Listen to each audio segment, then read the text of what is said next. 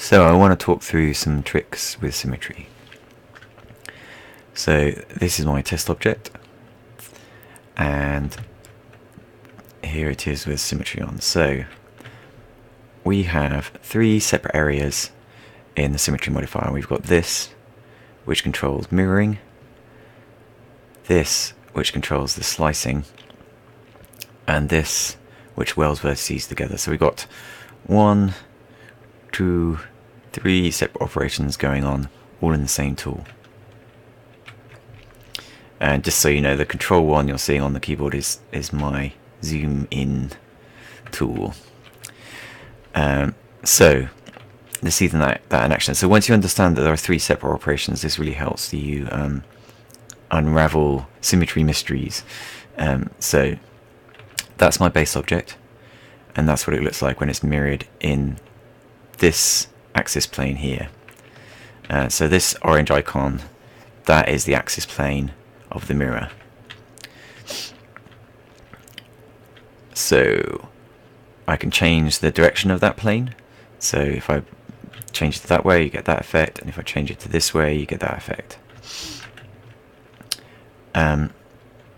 Now, if I choose to slice, then one half of the object will be removed on one side of the plane. So it will slice along this plane and remove one half of the object. And which half it removes depends on this little flip button. And then the last bit is to weld seams. Now, if I don't weld seams, you can see that there's a hard edge in the middle, and that's because if I add an edit poly modifier, they are two separate elements. However, if I weld the middle seam, go back to my edit poly modifier, you can see it's now one complete element, which is why you get that shading discrepancy across the middle, because that's all now smoothed together as one object. So now you know that, then here are some tricks. So if I can add multiple symmetry modifiers to do different things, but it's important that you're conscious of where the axis of the object is. So up here we have the axis controls. Specifically, we've got this and this. So this will show me where the axis of the object is. So when I've got this, I've got use pivot point center.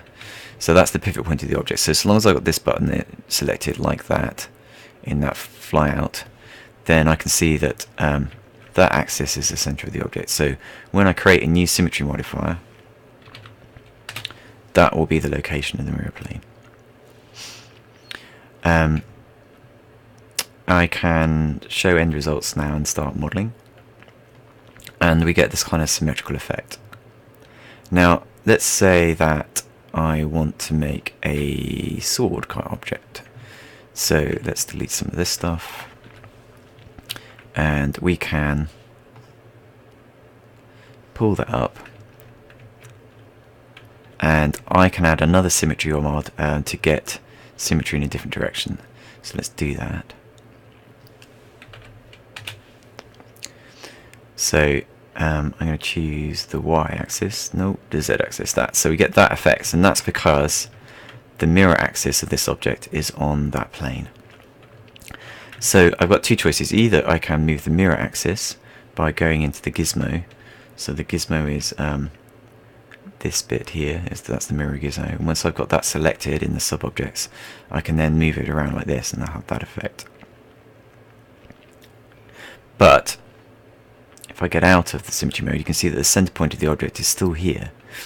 And I often find it useful to try and keep mirroring around the center of the object. So rather than move, oops, wrong one, back again, so Control Z, yeah, okay, so rather than move the mirror plane, I'm going to move the actual poly object beneath it. So let's do that, and I can get that.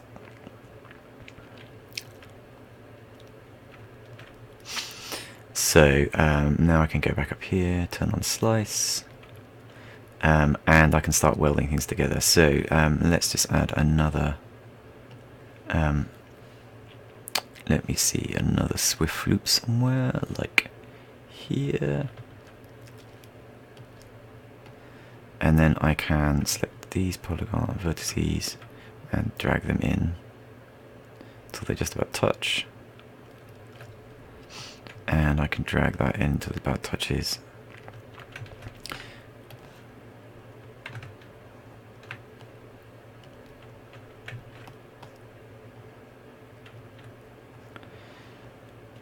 And you can see that I'm quickly making a dagger-like shape.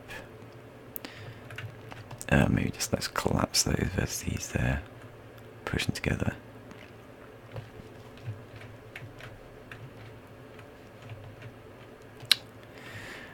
Last bit.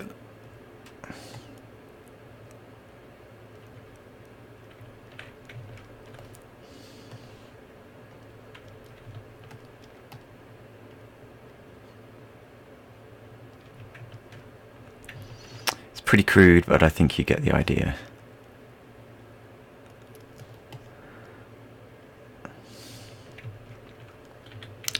Okay, so that's modeling with 2 planes of symmetry. So in the next tutorial we'll add another plane, so then we'll be modeling in 3 planes of symmetry.